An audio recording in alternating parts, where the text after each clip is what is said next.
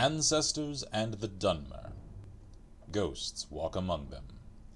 The departed spirits of the Dunmeri, and perhaps those of all races, persist after death. The knowledge and power of departed ancestors benefits the bloodlines of Dunmeri houses. The bond between the living family members and the immortal ancestors is partly blood, partly ritual, partly volitional. A member brought into the house through marriage binds himself through ritual and oath into the clan, and gains communication and benefits from the clan's ancestors. However, his access to the ancestors is less than his offspring, and he retains some access to the ancestors of his own bloodline. The family shrine. Each residence has a family shrine. In poorer homes, it may be no more than a hearth or alcove where family relics are displayed and venerated. In wealthy homes, a room is set aside for the use of the ancestors. This shrine is called the waiting door and represents the door to Oblivion. Here, the family members pay their respects to their ancestors through sacrifice and prayer, through oaths sworn upon duties, and through reports on the affairs of the family.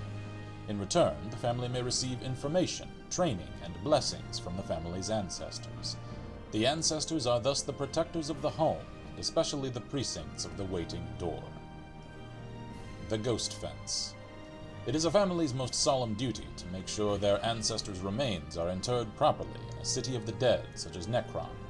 Here the spirits draw comfort from one another against the chill of the mortal world. However, as a sign of great honor and sacrifice, an ancestor may grant that part of his remains be retained to serve as part of a ghost fence protecting the clan's shrine and family precincts. Such an arrangement is often part of the family member's will, that a knucklebone shall be saved out of his remains and incorporated with solemn magic and ceremony into a clan ghost fence.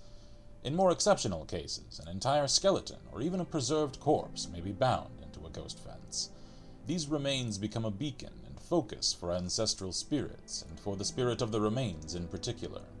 The more remains used to make a ghost fence, the more powerful the fence is, and the most powerful mortals in life have the most powerful remains. The Great Ghost Fence, created by the Tribunal to hold back the Blight, incorporates the bones of many heroes of the Temple and of the houses Indoril and Redoran, who dedicated their spirits to the Temple and clan as their surrogate families. The Ghost Fence also contains bones taken from the catacombs of Necrom and the many battlefields of Morrowind. The Mortal Chill. Spirits do not like to visit the mortal world, and they do so only out of duty and obligation.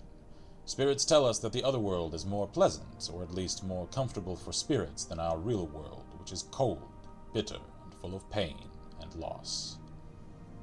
Mad spirits. Spirits that are forced to remain in our world against their will may become mad spirits or ghosts. Some spirits are bound to this world because of some terrible circumstances of their death, or because of some powerful emotional bond to a person, place, or thing. These are called hauntings. Some spirits are captured and bound to enchanted items by wizards. If the binding is involuntary, the spirit usually goes mad. A willing spirit may or may not retain its sanity, depending on the strength of the spirit and the wisdom of the enchanter. Some spirits are bound against their wills to protect family shrines. This unpleasant fate is reserved for those who have not served the family faithfully in life.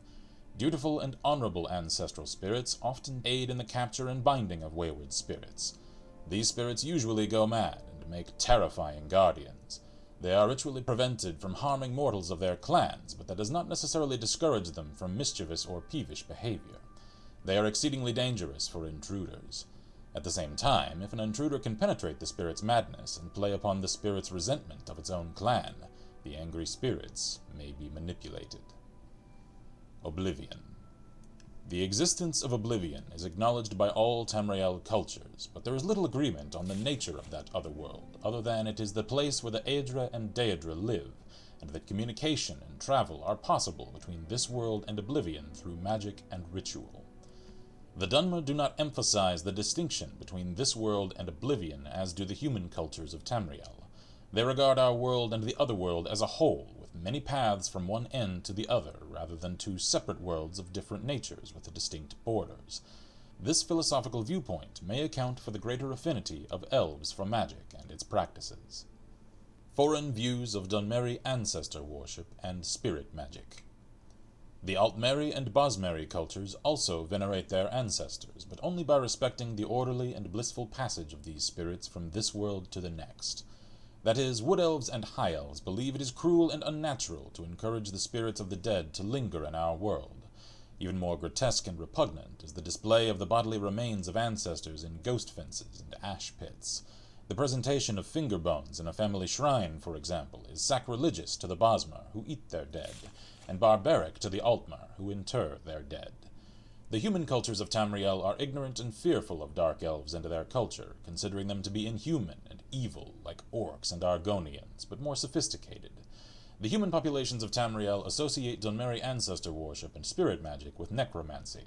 In fact, this association of the dark elves with necromancy is at least partly responsible for the dark reputation of Dunmer throughout Tamriel. This is generally an ignorant misconception, for necromancy outside the acceptable clan rituals is a most abhorrent abomination in the eyes of the Dunmer. The Dark Elves would never think of practicing sorcerous necromancy upon any Dark Elf, or upon the remains of any elf. However, Dark Elves consider the human and orcish races to be little more than animals. There is no injunction against necromancy upon such remains, or on the remains of any animal, bird, or insect. Imperial policy officially recognizes the practices of Dunmeri ancestor veneration and spirit magic as a religion, and protects their freedom to pursue such practices so long as they do not threaten the security of the Empire. Privately, most Imperial officials and traders believe Dark Elf ancestor worship and displays of remains are barbaric or even necromantic. Telvanni necromancy. The Telvanni are adept masters of necromancy. They do not, however, practice necromancy upon the remains of Dark Elves. Sane Telvanni regard such practices with loathing and righteous anger. They do practice necromancy upon the remains of animals and upon the remains of humans, orcs, and Argonians, who are technically no more than animals in Morrowind. Publisher's note. This book was written by an unknown scholar as a guide for foreign visitors to Morrowind shortly after the armistice was signed. Many of these practices have since fallen into disfavor. The most obvious changes are those regarding the practice of necromancy and the Great Ghost Fence. Dunmer today regard necromancy upon any of the accepted races as an abomination.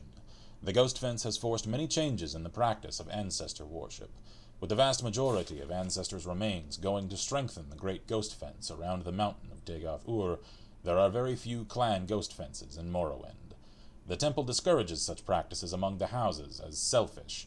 The upkeep of family tombs and private waiting doors has also fallen into disfavor, as very few remains have been buried in these tombs and shrines since the armistice. In recent years, most Dunmer venerate a small portion of their ancestors' remains kept at a local temple.